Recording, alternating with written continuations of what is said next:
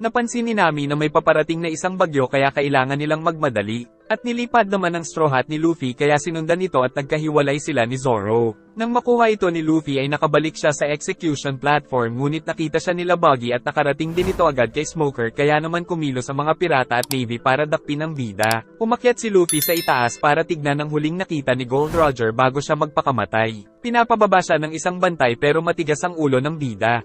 Ngunit pinatulog ito ni Alvida.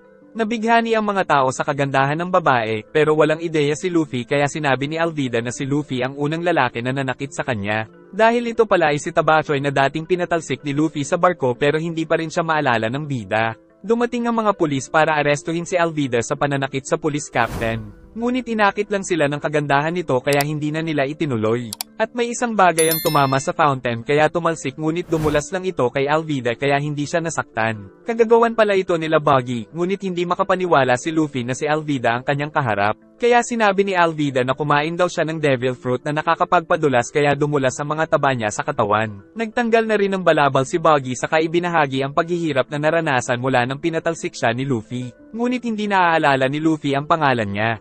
Samantala ang mga tao ay nagtakbuhan ng makilala si Buggy.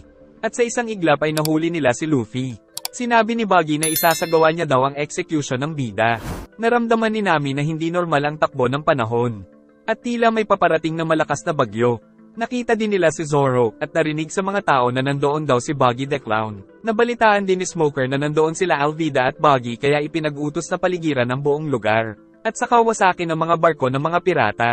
Narinig din nilang nasa panganib si Luffy kaya nagmadali sila Sanji at Zoro. Nakita ni Smoker na papatayin ni Buggy si Luffy kaya pinabayaan niya ang mga ito at saka lang nila huhulihin ang mga pirata kapag napugot na ang ulo ng Straw Hat. Nagsaya sila Buggy para sa execution kaya natuwa si Luffy dahil ngayon lang daw siya nito makakapanood pero nalaman niya nang siya pala ang mae-execute. Nagmamadali naman sila Nami dahil tiyak ay tatangayin daw ng malakas na alon ng kanilang barko dahil sa paparating na bagyo. At isa pa ay nakikipag-unahan din sila sa Navy dahil balak ng mga ito na pasabugin ang barko ng mga pirata. Samantala nauna na si Moji sa barko ng Straw Hat para pasabugin ito. Bago ang execution ni Luffy ay pinahintulutan siya ni Buggy na magsabi ng huling habilin. Ngunit ang sinabi ni Luffy ay siya ang magiging hari ng mga pirata kaya nabigla ang mga tao. Puputulan na ni Buggy ang ulo ni Luffy pero dumating ang dalawang crew ni Luffy. At nagtakbuhan ng mga tao nang makilala si Zoro.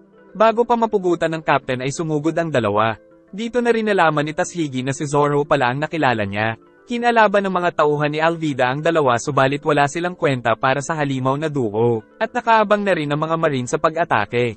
Dahil mukhang hindi aabot ang crew ni Luffy ay nagsorry na lang siya nang nakangiti dahil patay na daw siya. Ngunit bago maputol ang ulo ay kumidlat ng napakalakas kaya napinsala ang platform at natulala ang mga tao sa nangyayari. Nabalot ng asul na apoy ang platform at nagsimulang umulan ng napakalakas. Saka natumba ang platform at dahil sa mga nangyari ay nakaligtas si Luffy kaya hindi makapaniwala ang mga pirata sa nasaksihan. Umatake na sila Smoker at pinaligiran ng mga marine ang mga pirata kaya naging isang malaking battlefield ang buong lugar. Sinamantala ito ng mga bida para makatakas kaya binanatan ng mga humarang ng mga marine. Napansin ni Smoker na tulad ni Gold Roger ay ngumiti si Luffy nang papatayin na ito. At dahil din sa lagay ng panahon ay mas mapapadali ang pagtakas ng mga pirata kaya naisip ni Smoker kung pinapaboran ba ng kalangitan si Luffy. Isang misteryosong lalaki ang naglalakad sa gitna ng ulan na tila may kinalaman sa lagay ng panahon. Samantala kinakalaban ng Buggy Pirates at Alvida Pirates ang mga marine na nandoon. Nag-transform na isang cart si Buggy at nagpadulas naman si Alvida para makatakas sila sa mga marine.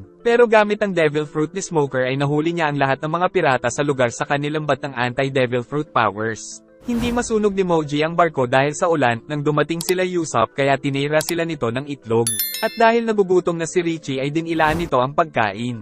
Ngunit pipigilan pa rin sila ni Moji subalit dumating ang mga marine na pinagbabaril sila. Si Smoker naman ay ginamit ang kanyang bike para mahanap si Luffy. Nakita ng tatlo na nag-aabang si Tashigi. Kaya hinarap ito mag-isa ng swordsman at pinaalis na ang mga kasama. Naglaban ng dalawang subalit nagawa ni Zoro na matanggal ang espada nito pero hindi niya tinapos ang dalaga. Nainis naman si Tashigi sa pangmamaliit ni Zoro pero sinabi ng swordsman na kamukha niya daw kasi ang matalik niyang kaibigan. At sunod namang nakita nila Luffy si Smoker. Tagumpay na nakapasok sa barko sila Nami kahit na inaatake sila ng mga marine. Subalit dahil sa mga cannonball ay nangangamba silang lumubog ang barko kaya ibinaba ang layag para tumakas. Nandun na rin si Sanji na hinahabol ng mga marine kaya binanatan niya ang mga ito. Bumaba si Usopp para tulungan si Sanji sa mga marine. Samantala nahuli si Luffy ng white smoke ni Smoker saka ibinalibag. Pinagsusuntok ni Luffy ang lalaki tapos gumamit ng pistol ngunit tumagos lang ang kamao sa katawan nitong usok. Kaya binalibag siya ni Smoker sa sahig, saka tatapusin gamit ang club na may pangontra sa Devil Fruit Power pero pinigilan siya ng misteryosong lalaking may tato sa mukha. Saka nagkaroon ng napakalakas na hangin kaya tinangay sila pati na rin ng mga piratang nahuli at nawasak din ang mga kanan. Saka nakita nila na tinangay na ng hangin ang Going Merry, kaya naman binanat ni Luffy ang kamay, saka isinama ang kanyang crew sa pagtalsik patungo sa Going Merry at tumama sila sa layag. Dahil sa nasaksihan ay naisip ni Smoker na may kakaiba kay Luffy. Natuwa naman si Dragon sa Straw Hat dahil nakatakas ito, kaya itinanong ni Smoker kung bakit niya ito tinulungan. Sagot ni Dragon, bakit mo nga ba tutulungan ng isang tao? Dahil sa mga nangyari ay tagumpay na nakatakas ang Straw Hat.